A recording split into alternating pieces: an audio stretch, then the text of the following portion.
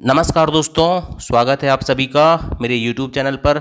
मैं हूं आपका दोस्त राजेंद्र सनोडिया। देखिए दोस्तों, आज के इस वीडियो में मैंने आपके लिए लेकर आया है मध्य प्रदेश वन रक्षक क्षेत्र रक्षक जेल प्रहरी परीक्षा 2023 के सिलेबस के अकॉर्डिंग दोस्तों सामान्य हिंदी का एक टेस्ट पेपर, जिसमें दोस्तों टोटल 20 प्रश्न हैं।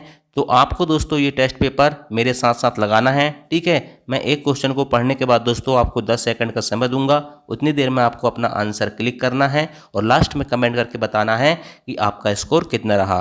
तो चलिए दोस्तों देखते हैं कि कौन कौन इस टेस्ट में दोस्तों हिंदी के 20 में से 20 स्कोर करता है। अगर दोस्तों आपका स्कोर 18, 19 या 20 नंबर रहता है तो आपका स्कोर काफ़ी अच्छा माना जाएगा, ठीक है। चलिए देखते हैं कि किसकी तैयारी कितनी हो चुकी है। क्वेश्चन नंबर 1 है, गायक का सही संधि विच्छेद है। ऑप्शन है गई धन अक, गा धन अक, गे धन यक और गई धन यक। ये 4 ऑप्शन दिए हुए हैं। तो चलिए दोस्तों, आपका टाइम शुरू होता है अब। मैं आपको दोस्तों मात्र 10 सेकंड का समय दूंगा।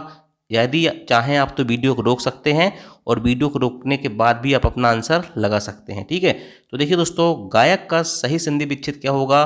गायक का सही संधि विच्छेद हो जाएगा गई धन अक। ऑप्शन नंबर ए इसका राइट आंसर होगा। क्या होगा? ऑप्शन नंबर ए इसका राइट आंसर होगा गई धन अक बराबर क्या हो जाएगा दोस्तों? गायक। और इसमें कौन सी संधि होगी? इसमें संधि होगी दोस्तों अयादि स्वर संधि। कौन सी संधि होगी? अयादि स्वर संधि होगी, ठीक है। चलिए नेक्स्ट क्वेश्चन देखते हैं। व्यर्थ शब्द में किन वर्णों की संधि हुई है? ठीक है, तो बताइए भाई, व्यर्थ शब्द में किन वर्णों की संधि हुई है? ठीक है, ऑप्शन दिए हुए हैं, ठीक। चलिए आपका समय शुरू होता है अब, ठीक है। तो देखिए भाई, सबसे पहले तो याद रखना, जो व्यर्थ शब्द लिखा हुआ है ना, इसकी संधि विच्छेद कैसी होगी? पहली चीज तो याद रखना, इसको लिखेंगे वी धन अर्थ, ठीक है। इस प्रकार से इसका संधि विच्छेद होगा, ठीक है। अब देखिए, ये वी में क्या लिखा है? छोटी ई लिखा है। और अर्थ में क्या लिखा है? आ लिखा है। इस प्रकार से दोस्तों ई और आ के संयोग से क्या बना है? व्यर्थ शब्द बना है। मतलब दोस्तों व्यर्थ शब्द में छोटी ई और छोटा आ वर्णों की संधि हुई है। ऑप्शन नंबर ए इसका राइट आंसर होगा, ठीक है। चलिए नेक्स्ट क्वेश्चन देखते हैं। क्वेश्चन नंबर 3, पियक्कड़ में मूल शब्द है। देखिए दोस्तों, आपने पढ़े होंगे उपसर्ग और प्रत्यय, ठीक है। उपसर्ग शब्द के पहले लगते हैं और प्रत्यय शब्द के बाद में लगते हैं, मतलब अंत में जुड़ते हैं, ठीक है।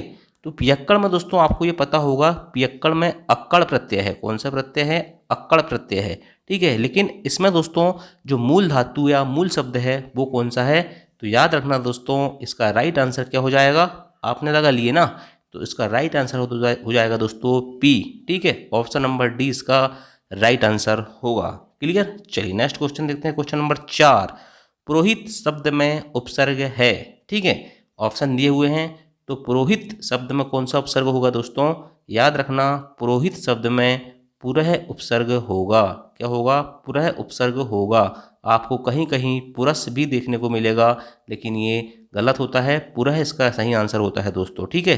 चलिए नेक्स्ट क्वेश्चन, तू डाल डाल में पात पात का अर्थ क्या होता है? बताइए। दोनों विद्वान, दोनों तत्वज्ञ, दोनों मूर्ख या दोनों चालाक, ठीक है। तो याद रखना दोस्तों, तू डाल डाल में पात पात मुहावरे का अर्थ होता है दोनों आदमी चालाक होना, ठीक है। चलिए नेक्स्ट क्वेश्चन देखते हैं। जहाँ उपमेय में अनेक उपमानों की शंका होती है वहाँ कौन सा अलंकार होता है? क्या क्वेश्चन कह रहा है? जहाँ उपमेय में अनेक उपमानों की शंका होती है वहाँ कौन सा अलंकार होता है? याद रखना दोस्तों, वहाँ पर होता है ऑप्शन नंबर डी, ठीक है, संदेह अलंकार, ठीक। चलिए नेक्स्ट क्वेश्चन देखते हैं।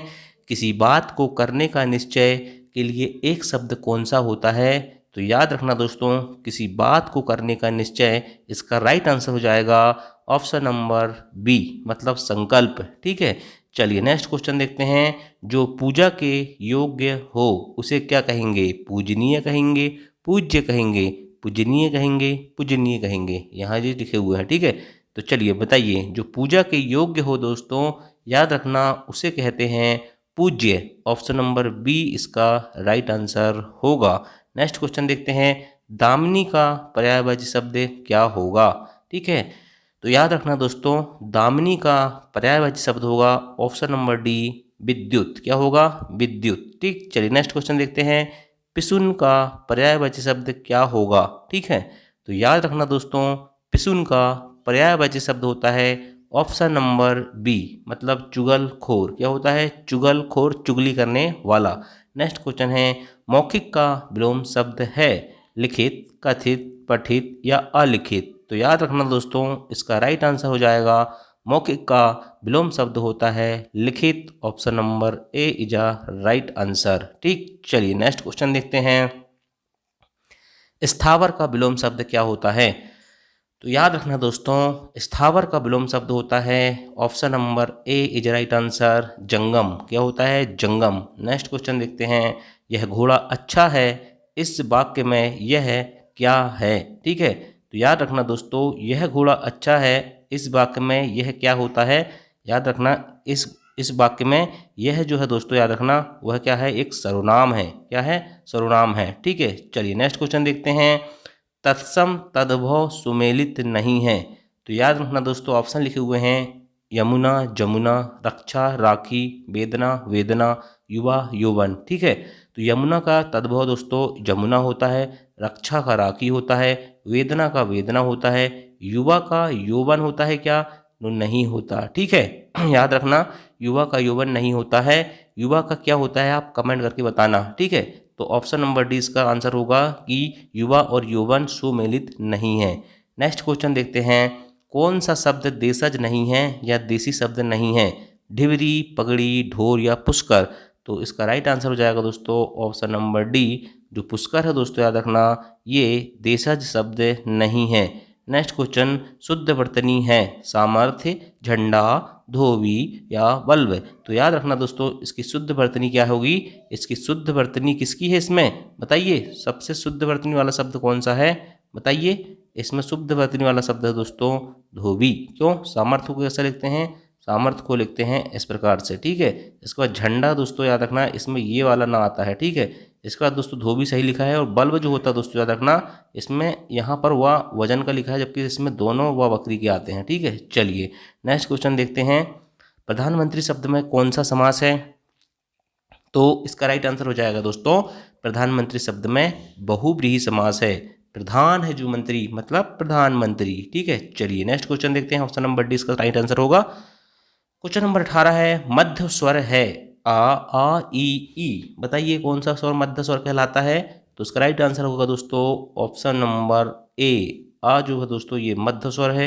बड़ा आ जो है दोस्तों याद रखना ये पश्च स्वर है, और ये छोटी ई और बड़ी ई दोस्तों याद रखना ये अग्र स्वर है। ठीक है, चलिए नेक्स्ट क्वेश्चन देखते हैं, मगही किस उपभाषा की बोली है। तो याद रखना दोस्तों, मगही बिहारी की उपभाषा है। किसकी उपभाषा है? बिहारी उपभाषा की बोली होती है मगही। नेक्स्ट क्वेश्चन और लास्ट क्वेश्चन, फूल नहीं रंग बोलते हैं किसकी रचना है। तो याद रखना दोस्तों, इसका राइट आंसर हो जाएगा ऑप्शन नंबर डी। ठीक है, केदारनाथ सिंह की रचना है दोस्तों, फूल नहीं रंग बोलते हैं।